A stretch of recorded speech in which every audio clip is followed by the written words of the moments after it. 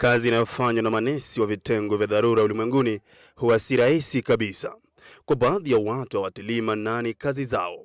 Endapo kutatokea kosa lolote kwenye hospitali zetu, mtu wa kwanza kulaumiwa kwa utepetevu huo ni nesi. Eunice Ngare ni mhudumu wa afya aliyeidhinishwa kwenye kitengo hicho katika hospitali ya kujifungua kina mama ya Pumwani hapa Nairobi. Litaguzana naye kutaka kujua changamoto anazopitia akiwa kama nesi na hata akiwa kama mzazi. Getting to be an emergency nurse, it's not just easy. You really have to work hard in class and you have to be the best. And you have to have compassion of what you do. So I want to tell them that they can continue being emergency care nurses and God will really bless them because the work they do, not even overtime. I've told you again, we even work overtime because if a patient complicates, you cannot hand over that patient to another person. Because most of the time we work with machines and you can't leave a patient in a machine. You make sure if I'm in a facility where there are no equipments, I have to make sure I take that patient to a place where it's comfortable. And sometimes we even go to a place like Kenyatta and we find there is no bed. You can't leave that patient before that patient is taken over.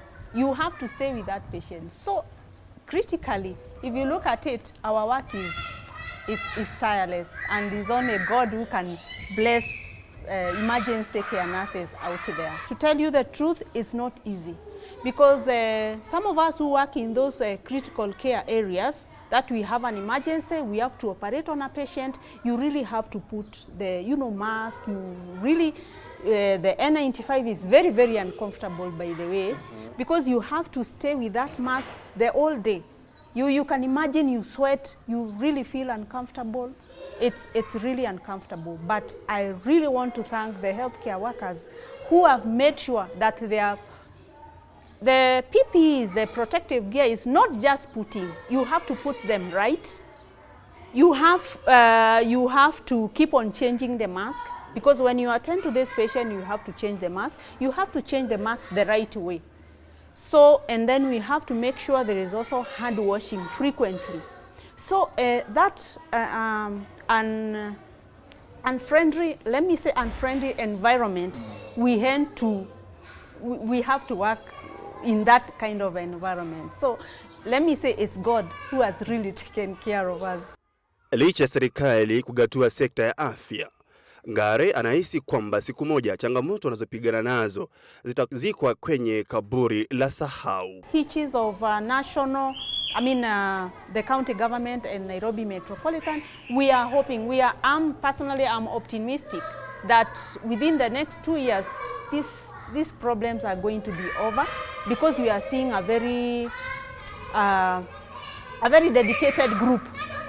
That is the management, both the director, the deputy director of Nairobi Metropolitan. We have Mr. Bandi. We are optimistic that things are going to be better. Tangu ujio wa corona, yeye huwa na hofu kwa maisha ya wanawe na afya zao. Safari hii haijakuwa rahisi kwani imemlazimu awape mafunzo wa namna ya kukabili virusi vya corona. I keep on talking to especially my children. I have adult children and there is that fear. You work from the government. You are working in a government facility, so you could bring us corona. That is a fear, but as a nurse, I have to keep on reassuring them.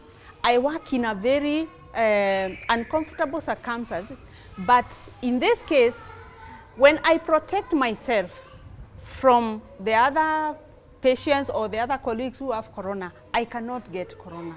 And exactly that's what I've done. I make sure that I live in a very clean environment, very, very clean environment, whereby the cleaning is done on a daily basis, that you clean the bed, the handles of the door, the sinks where everyone is touching. When I come in, by the way, I have to sanitize even my phone.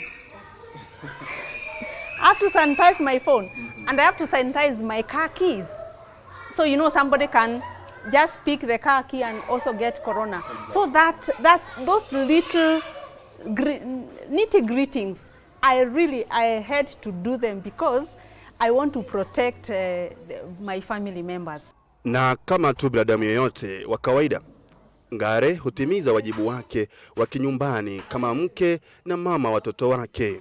Hapa nchini tunafaa tuwape hongera na kongole kubwa kwa manesi wetu kwa kazi kuntu wanayofanya kuokoa maisha ya wagonjwa. Mwaluse Meshak, runinga ya Switch.